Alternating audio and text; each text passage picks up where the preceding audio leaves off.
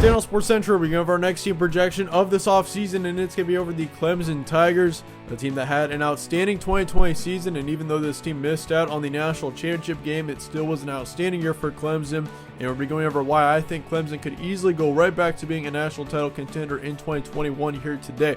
We're also going to go over a few players that Clemson will be losing, who are going to be returning, and also looking at their schedule for the first time this offseason, starting out with the previous 6 games for the Tigers. And if you look at this team last season, they were 10-2 overall.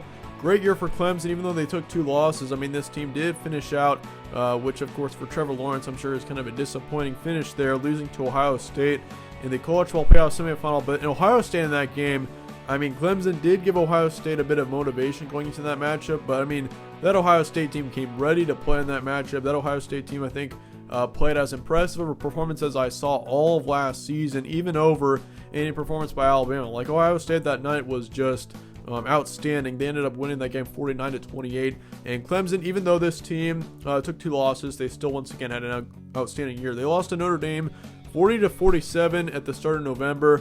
And of course, Trevor Lawrence wasn't starting in that matchup, so that's a big reason why Clemson ended up losing in the first place, but still is a close game. They did beat Pittsburgh 52-17. That was the first game that Trevor Lawrence was back from COVID. Of course, they had a 3-week break in through there too. Also got to consider that. They did beat Virginia Tech on the road 45-10, beat Notre Dame. Then in the ECC championship game to revenge that first loss, 34-10 was the final score in that matchup. So all around, Clemson had a great year once again. And even though they lost in the semifinal game to Ohio State, this was still a team that all around was very consistent last season. They've got a ton of potential still going into next year. If you look at the roster preview here, I mean, they do lose quite a bit of talent, especially on the offensive side. This team loses Trevor Lawrence, who's more than likely going to be your #1 overall pick in the upcoming draft. You got to consider that. He had 3,100 yards last season, 24 touchdowns, 5 interceptions. Also had a nearly 70% completion rate. So it was a great year for Trevor Lawrence. He put up some great stats, and even though he couldn't finish it out with the national championship, it still was a great year for him to finish out his career with Clemson. They do return their promising quarterback DJ Uiagalelei. That's going to be a big return for this team, as he put up just over 900 yards, 5 touchdowns last year. And the main reason why he was even starting in the first place earlier in the season was because Trevor Lawrence was out with COVID. He was out for a couple of weeks in through there, so Uiagalelei was able to take over there for a little bit. But if you look at the running back core here, they lose their top running back, Travis Etienne. That's going to be a tough loss. He had over 1,500 yards of total offense last year, 16 touchdowns. I mean, you could argue he was he was an outstanding running back, probably one of the best in the ACC, if not the best last year. And he's going to have a very bright future in the NFL, I will say that. If you look at the receiving core, they lose their top receiver, Amari Rodgers. That's going to be a tough loss there as well, no doubt. He put up over 1,000 yards, 7 touchdowns last season. Their second receiver, and Cornell Powell, is also leaving the program this offseason. He had over 880 yards, nearly 900, with 7 touchdowns last season. So the receiving core is taking 2 major hits there, losing Amari Rodgers and Cornell Powell. They returned their tight end and their third in receiving from last season with Braden Galloway. That's going to be a big return for them. Even though, I mean, he didn't put up a whole lot of yardage, but he was definitely a very promising tight end last season, putting up nearly 400 yards and 2 touchdowns, which for a tight end, those are not terrible stats at all. They lose 1 offensive lineman, definitely something to watch out for there. Of course, I mean, the offensive line otherwise is looking great. I mean, that's just 1 loss there, but this defensive side is looking outstanding going into next season. This defensive group is going to be very, very good next season, and that's definitely the side of the ball that I'm not really concerned about at all. It's mainly the offensive side. If this offense isn't, I mean, the offense is definitely going to decline going into next season. I think we all can agree with that. The defense is going to help offset that, and that's the reason why I think Clemson has got a good chance to still make it back to the national championship or to the college football playoff. But this offensive side, I mean, they got a new quarterback.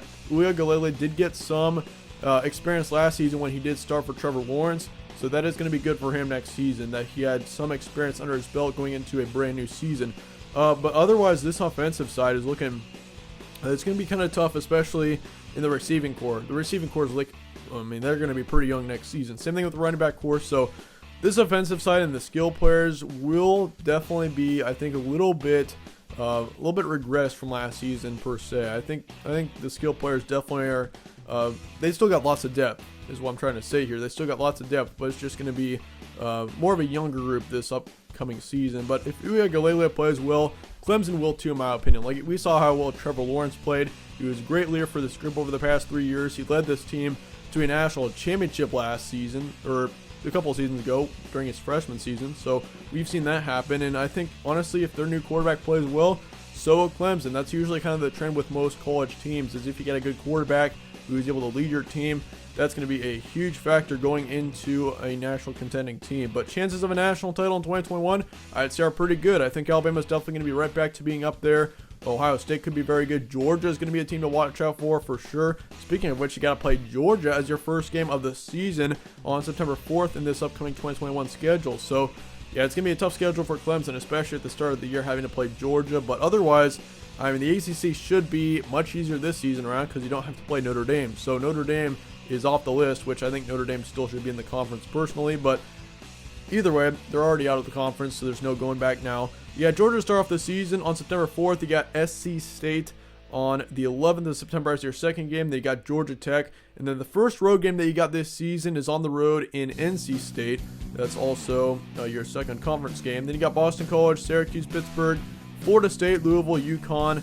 And then you got Wake Forest and then South Carolina to finish out your season. So for Clemson, this is going to be a season pretty similar to every other season for Clemson. This team is probably more than likely going to run the table in the ACC at least. I mean that Georgia game is definitely going to be the most important game of the season for the first game as well. I mean, if you look at it, usually most of your important games are in the last month of the action, but I mean Georgia is going to be a crucial game there, especially when the committee is looking at who's going to be in the college football playoff towards the end of the season.